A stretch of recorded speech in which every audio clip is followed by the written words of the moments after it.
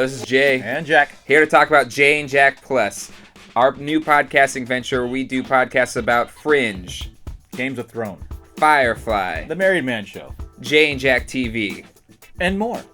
And it's only for $1 for the first month, and that is awesome. So you can check that out at jayandjacktv.com. Click on the Plus feed, become a member for only $1.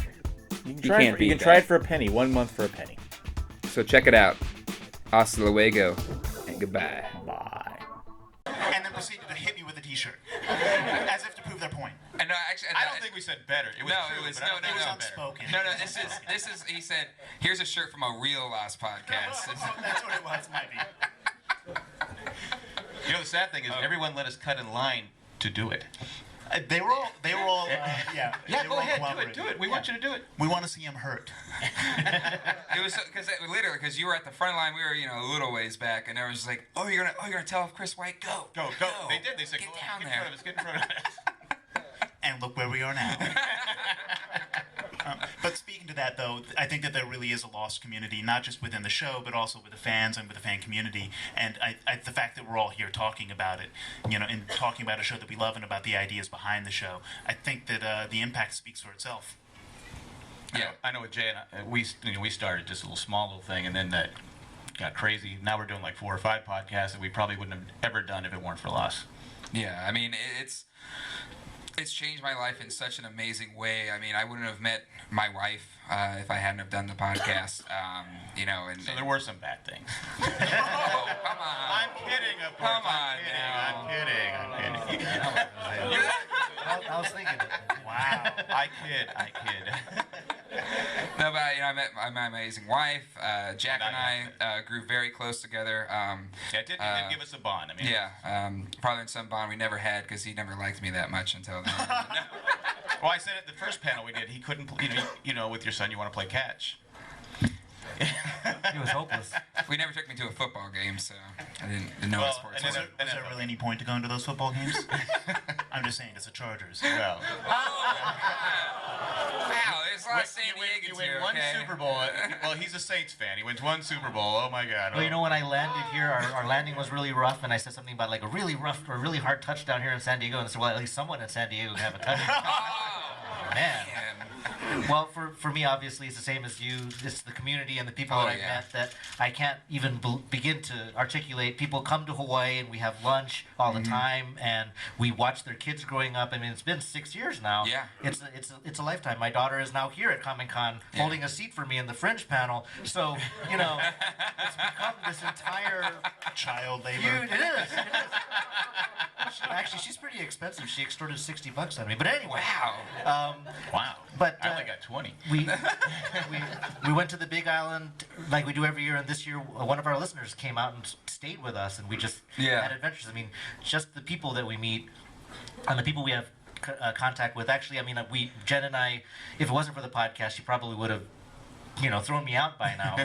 She was the typical tech widow. Like, I'm going to be in the den talking to weirdos on the internet, and she's going to be doing whatever she's doing. And it was only when she started saying, okay, I'll join you on this conversation. To have something that we do as a couple definitely saved our relationship for sure. It's something that's very special. I would think that would be harder, though. Working together as a husband and wife.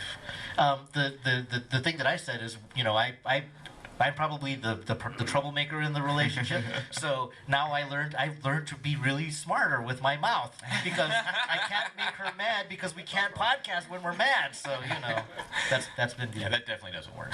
Yeah, I mean, and just it's you guys. It's getting to meet you. It's getting to talk to you, and it's getting to have this community to be a part of. I mean, it blows my mind, and and that's why I want to keep podcasting about Lost or podcasting in general forever. It's not really just for me to podcast. It's really so I can keep in touch with everybody because I mean it's really about having this bond with all of you, and it's incredible.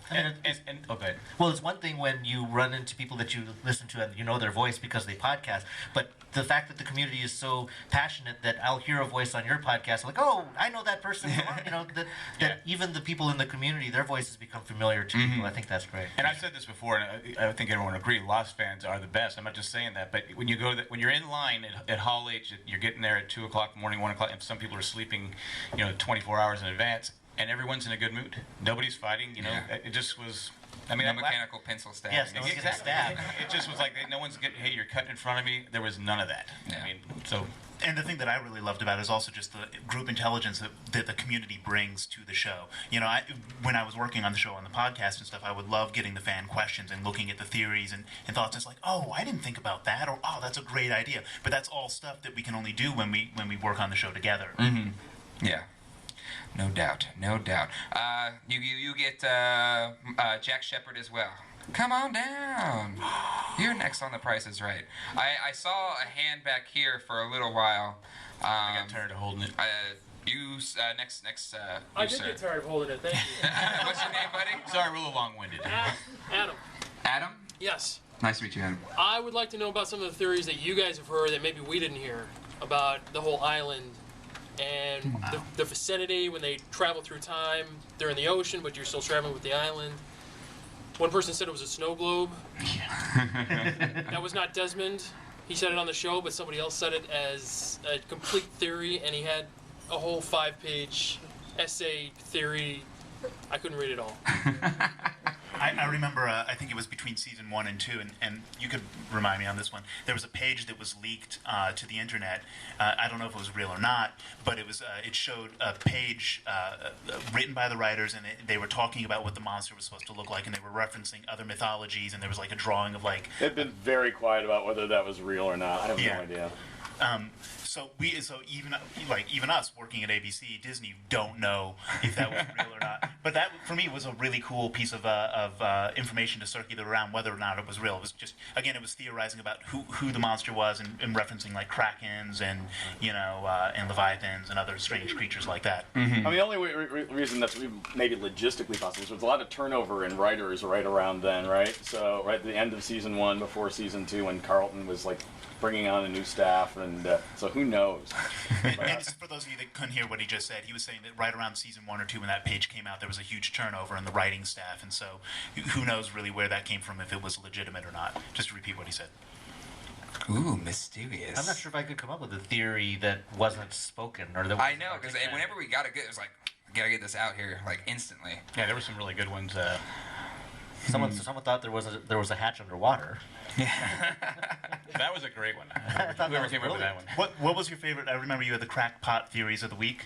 What was your favorite crackpot theory? That actually came true? Oh, or just in general? Yeah. Or the one that I thought should have come true? What was that one I always complain about? Boone being, or Shannon being pregnant by Boone's baby. Oh. I thought that was excellent until she got shot. I said, oh, wow, they just killed the baby. So. But I thought that was a great one.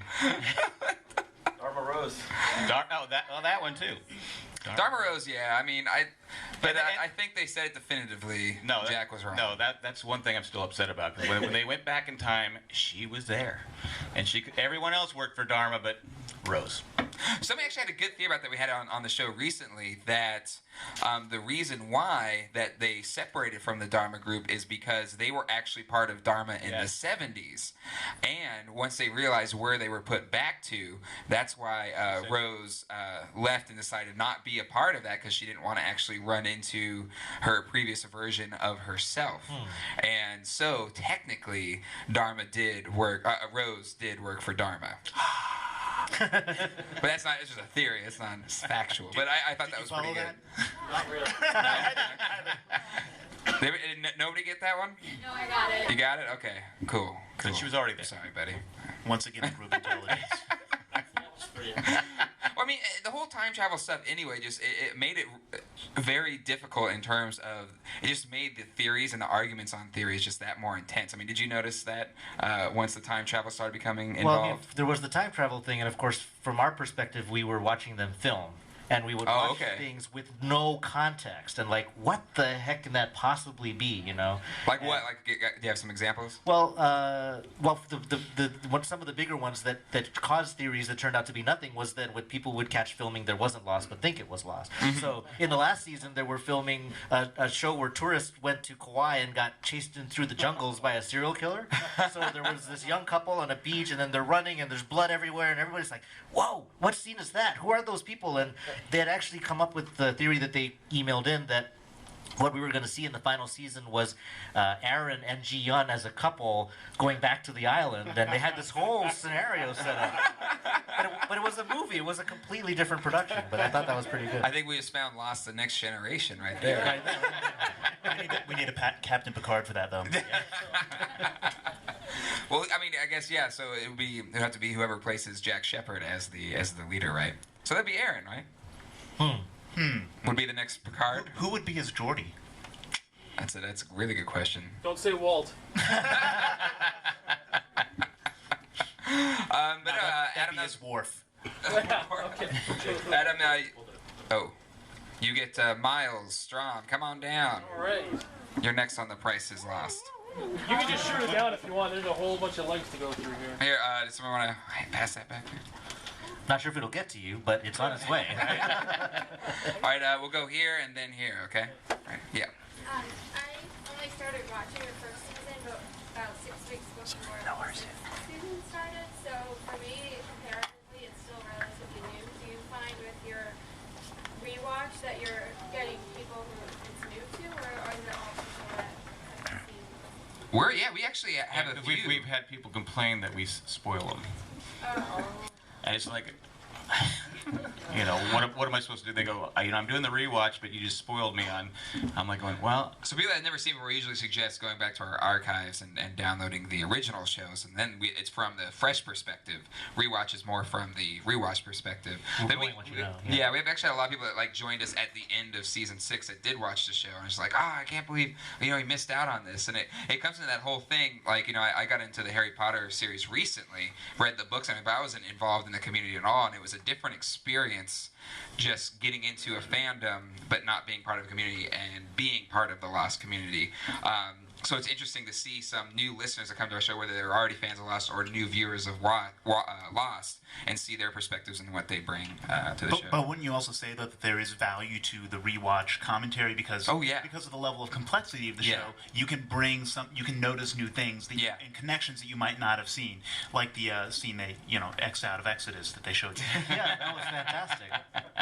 Well, I mean, I have the same experience where people will engage in conversation and they're like, oh, wait, but actually I didn't finish it yet. I'm like, oh, okay, so it's a completely different conversation if you're in season 3 versus right now. Yeah. And people now going through the archives. But the funny thing is we're not doing a rewatch officially, but people are going through our archives and they'll email us randomly and say, oh, it's hilarious. Back in 2007, you said you thought X, Y, and Z. Boy, were you wrong. Like, yeah, I guess. But, and I know for Jay gets that too. For season 6, it was one of the sorest things initially from the fans was the flash sideways. Mm-hmm. But I wonder if there's a new emotional resonance when you go back and watch those flash sideways, knowing what they are. Definitely. And we're not going to spoil it for you. Well, I know for me, season 4, doing the rewatch is confusing me more than it did the first time.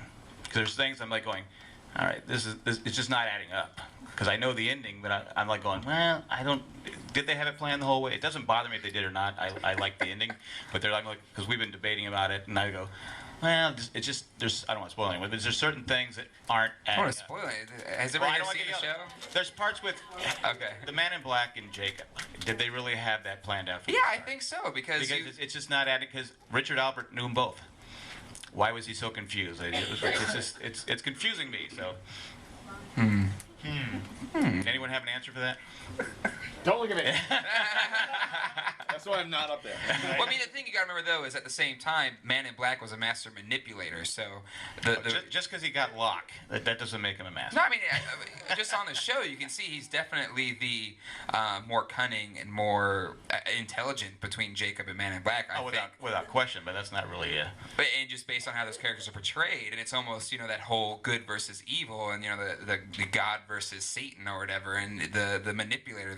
He's very easy to trick people into doing things. But it also looked like Jacob kind of took a laissez-faire type approach. Yeah, he did. Back from things. Yeah. And wanted to work through agents, but those agents that he worked through could also be corrupted. Exactly. Or misguided as well. Mm-hmm. I mean, just look at Ben. I mean, I know he had problems with Jacob the entire time, but I mean, did we think Ben was good or bad? It's like just with that character. Mm-hmm.